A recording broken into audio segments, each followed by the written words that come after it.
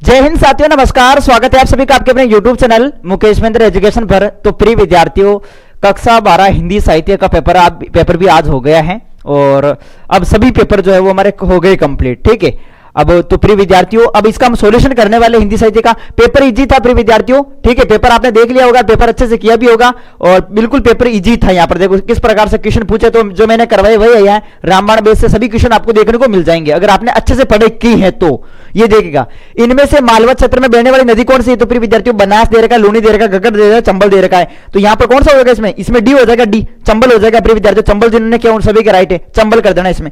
फिर यहाँ पर देखो अगला क्वेश्चन है कि 56 का अकाल किस विक्रमी संवत में पड़ा? तो प्रिय विद्यार्थियों, मैंने एक प्रश्न आपको करवाया था, लघुतरात्मक प्रश्न में मैंने करवाया था 56 के अकाल के बारे में। मैंने कहा कि 1899 है ना, ठीक है, 1899 यदि इसमें विक्रमी संवत जोड़ दे, 55 ऐड कर दे तो अपने क्या हो जाता है? 1956 हो जाता है। तो ये विक्रमी संवत 1956 हो जाएगा भाई, ध्यान रखना। 56 का अकाल किस विक्रमी संवत में पड़ा? विक्रमी संवत 1956 में। ऑप्शन यहाँ पर ए करना था आप सभी को। मैंने करवाया प्रिय विद्यार्थी, देखना मेरे क्लास से जो रेगुलर पढ़ता है उनको पता होगा, ये सब क्वेश्चन करवा रखे हैं। किसका फूल सूंघकर बड़े ततैया का डंक जड़ जाता है? सन्ने का, कोकाबेली का, बेर का, हर सिंगार का। मैंने कल वाली क्लास के अंदर भी करवाया था। कल वाले शाम वाले क्लास देख लेना, मेरे जो लाइव क्लास रही थी उसमें मैंने कहा था बेर का और आप सभी ने आंसर दिया था बेर का। ठीक है, अब गूगल पे सर्च मत कर लेना, गूगल पर गलत बता रहा सन्ने। ठीक है, याद रखना। तुम्हारी तरफ से मेरा दिल साफ है, सूरदास ने ये वाक्य किससे कहा था? तो प्रिय विद्यार्थियों, ये क्लास मेरे कल वाले क्लास में लेना, सब प्रश्न करवाइए है, सब पेपर वही से बनाइए। देखो आप सभी, मैं ये कथन था ये याद जगदर के बारे में कि तुम्हारी तरफ से मेरा दिल साफ है, इसमें सूरदास कहते हैं जगदर के बारे में। ठीक है, तो यहां पर ऑप्शन नंबर क्या हो जाएगा? बी राइट हो जाएगा, बी।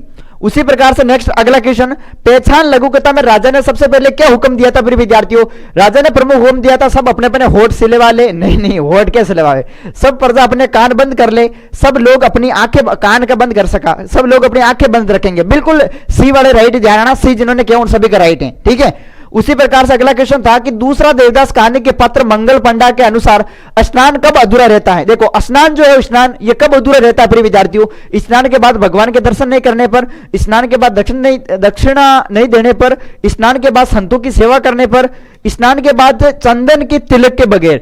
तो देखो दूसरा देवदास कहानी के पत्र मंगल पंडा के अनुसार स्नान कब अधूरा रहता है? जब स्नान के बाद भी हम भगवान के दर्शन नहीं करते हैं, तब जो वो स्नान जो है वो अधूरा रहता है। ठीक है, तो ये हो जाएगा ऑप्शन ए। ये तो बिल्कुल कॉमन है, आराम से कर दिया होगा सबने। उसी प्रकार से नेक्स्ट प्रश्न था दिशा कविता। दिशा कविता जो बाल मनोविज्ञान पर केंद्रित थी। दिशा कविता में यहाँ पर कवि ने बच्चे से क्या पूछा था? बच्चे से पूछा था, कवि ने केदारनाथ सिंह कवि थे, बच्चे से पूछते कि हिमालय किधर है, तो उन्होंने उत्तर दिया था प्रिय विद्यार्थियों हिमालय किधर है। बच्चा उत्तर देता है कि उसी दिशा में हिमालय जिधर मेरी पतंग उड़ रही है। ठीक है, तो इसमें यहाँ पर यह करना था बी आंसर। सबने कर दिया होगा। पेपर इजी था प्रिय विद्यार्थियों, आपने अगर मेरी डेली क्लास अटेंड की है तो आपको ये पता चल गया होगा कि वास्तव में पेपर बिल्कुल इजी था। ठीक है, और यहां पर दे रहेगा नैन चूही जस माउंट नीरू। पंक्ति में यहां पर प्रयुक्त माउंट का यहां पर अर्थ क्या है? माउंट, क्लिष्ट, बेंडक, मूसलाधार या महावट। तो यहां पर प्रयुक्त जो आया प्रिय विद्यार्थियों माउंट, इसका अर्थ हो जाएगा महावट, हो जाएगा ऑप्शन डी। ठीक है, उसी तरीके से अगले क्वेश्चन की बात करते हैं। अगला क्वेश्चन आपके सामने है, कहानी विधा को नाटक विधा से अलग करने वाला तत्व कौन सा है?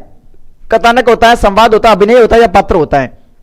कहानी विधा को नाटक विधा से अलग करने वाला यहाँ पर तत्व पूछा है, तो कौन सा तत्व है प्रिय विद्यार्थियों? कहानी विधा को नाटक ये पूछा है, तो क्या होगा आप सबने आंसर इसका क्या किया?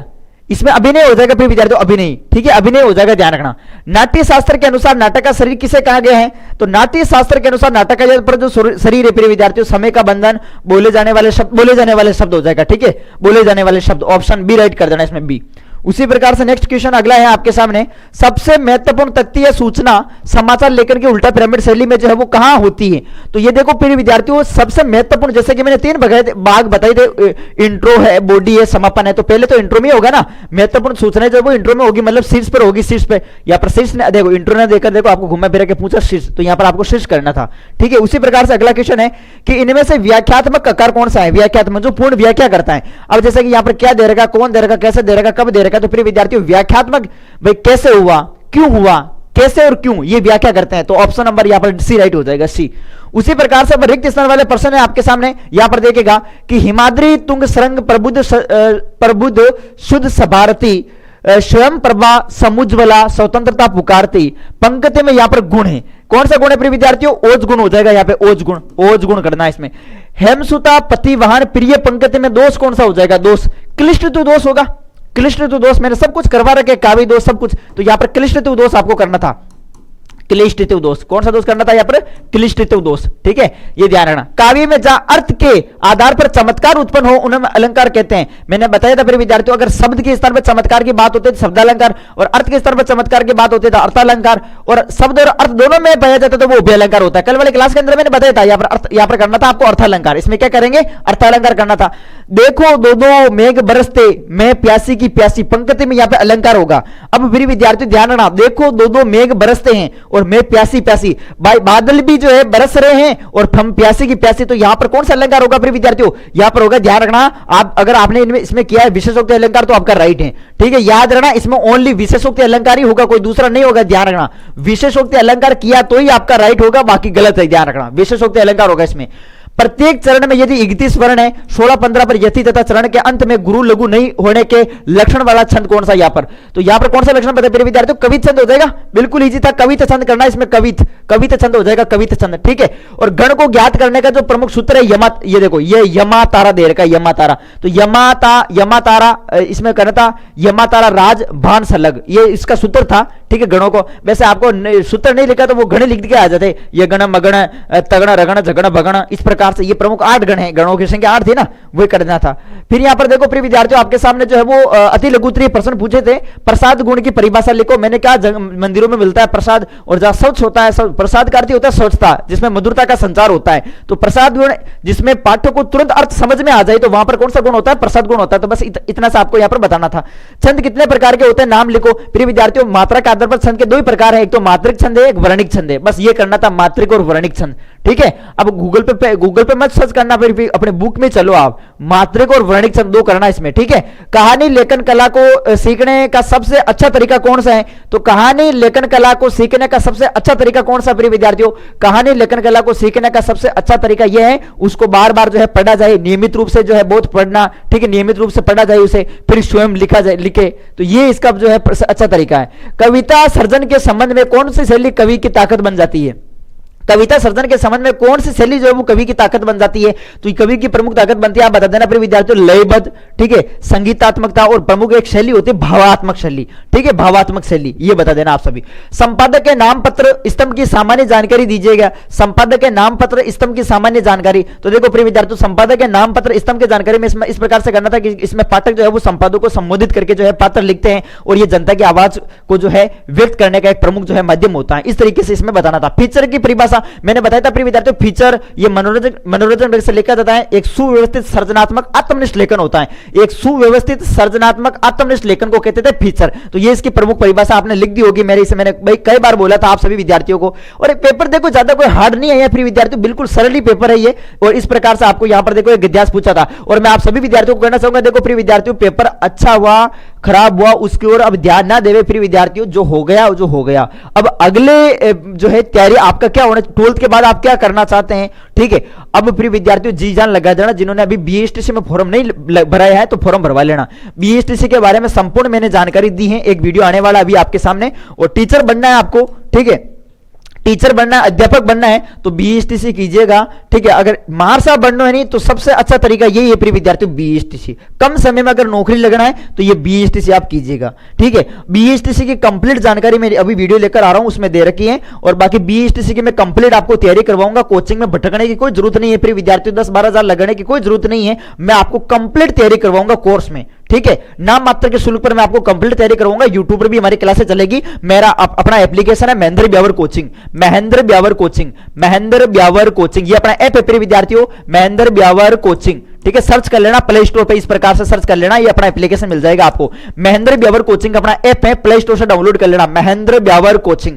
ठीक है, सभी विद्यार्थी कोर्स ज्वाइन कर लेना, मैं गारंटी लेता हूं प्रिय विद्यार्थियों, दवा ठोकर कहता हूं, सभी सब्जेक्ट में करवाऊंगा और पेपर आपका वहीं से मिलवाऊंगा, क्योंकि तैयारी में ऐसे करवा रहा हूं, मैं पूरा जी जान लगा दूंगा आपके लिए। भाई सबसे पहले थ्योरी पढ़ना, फिर उसके साथ साथ में क्वेश्चन आंसर करवाना, पीवाईक्यू करवाना। ठीक है, इतना मजबूत करके आपको मिलूंगा एग्जाम देने के लिए कि आप पहली बार में पेपर अच्छे से कराएंगे। ठीक है, इस तरीके से फिर आगे देखिएगा, ये आपके सामने चौथा क्वेश्चन है, अपठित गद्यांश, इसको पढ़कर आपको उत्तर देना है। ये देखिएगा अपठित गद्यांश, और इसको आपने पहले मैंने क्या कहा था प्रिय विद्यार्थियों, इस प्रकार के गद्यांश को करने का सबसे आसान तरीका होता है पहले क्वेश्चनों को पढ़ना। भाई आप क्वेश्चन पढ़ेंगे फिर इसमें से जो है आंसर लिखेंगे। तो यहां पर देखिएगा इस तरीके से ये दे रखा था कि सांस्कृतिक चेतना की सर्वश्रेष्ठ अभिव्यक्ति सार्वभौम सत्य के आधार पर प्रतिष्ठित धार्मिक भावना और दार्शनिक चिंतनधारा के माध्यम से हुई है। कला, शिल्प, साहित्य और संगीत इन्हीं की आनुषंगिक उपलब्धियां हैं, इनका सब इस प्रकार से इसको आपको यहां पर पढ़ना था। और देखो आनुषंगिक शब्द का यहां पर अर्थ क्या है, तो इसका अर्थ हो जाएगा प्रासंगिक, ऑप्शन डी राइट हो जाएगा, ठीक है। और यहां पर देगा अरुणिमा शब्द में प्रयुक्त प्रत्यय कौन सा है,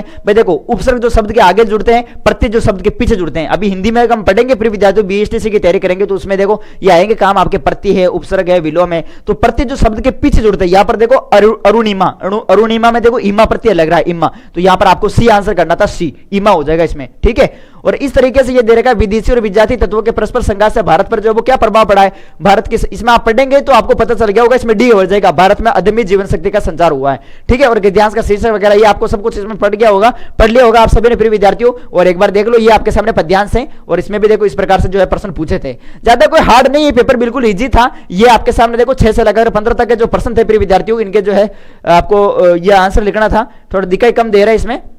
ये देखिएगा सूरदास को झोपड़े, ये सब मैंने करवा रखे, रामायण बेच के अंदर देख लेना फिर विद्यार्थियों, करवा रखा ये क्वेश्चन के सूरदास को झोपड़े के जल जाने का दुख न था, दुख या पोटली का दुख, ये देखो दिखाई नहीं दे रहा मुझे क्या है, दुख या पोटले का, सूरदास की पोटले का दुख क्यों था, इस प्रकार ये प्रश्न मैंने करवाए हैं, ठीक है। ये करवा रखा है मैंने सब कुछ।